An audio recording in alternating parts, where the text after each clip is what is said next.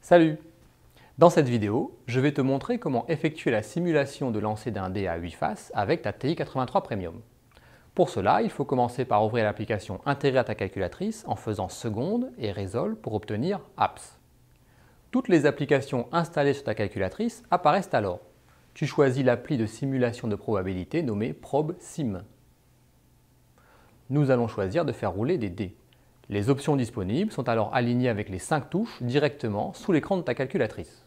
Nous choisissons donc l'option Param pour paramètres et nous configurons notre dé. 500 lancés, un seul dé, 8 faces. Pour graphe, tu choisis Probe.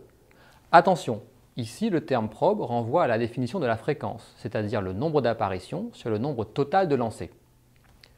Nous choisissons de stocker toute la table de résultats et nous validons avec l'option OK. Tu confirmes avec oui, puis tu lances le dé avec l'option Roule.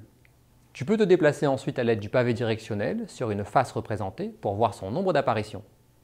Voilà par exemple, sur ces 500 lancés, la face 4 a une fréquence d'apparition de 0,11. L'option Table fournit les résultats sous forme d'un tableau où la première colonne indique les numéros des jets, ici de 1 à 500. La seconde nommée D1 donne la face obtenue. Tu peux enregistrer ces données en les stockant dans des listes à l'aide de l'option Donne. Les numéros des lancers seront stockés dans une liste nommée Roll et les faces obtenues dans la liste D1. On enregistre nos résultats en validant Oui.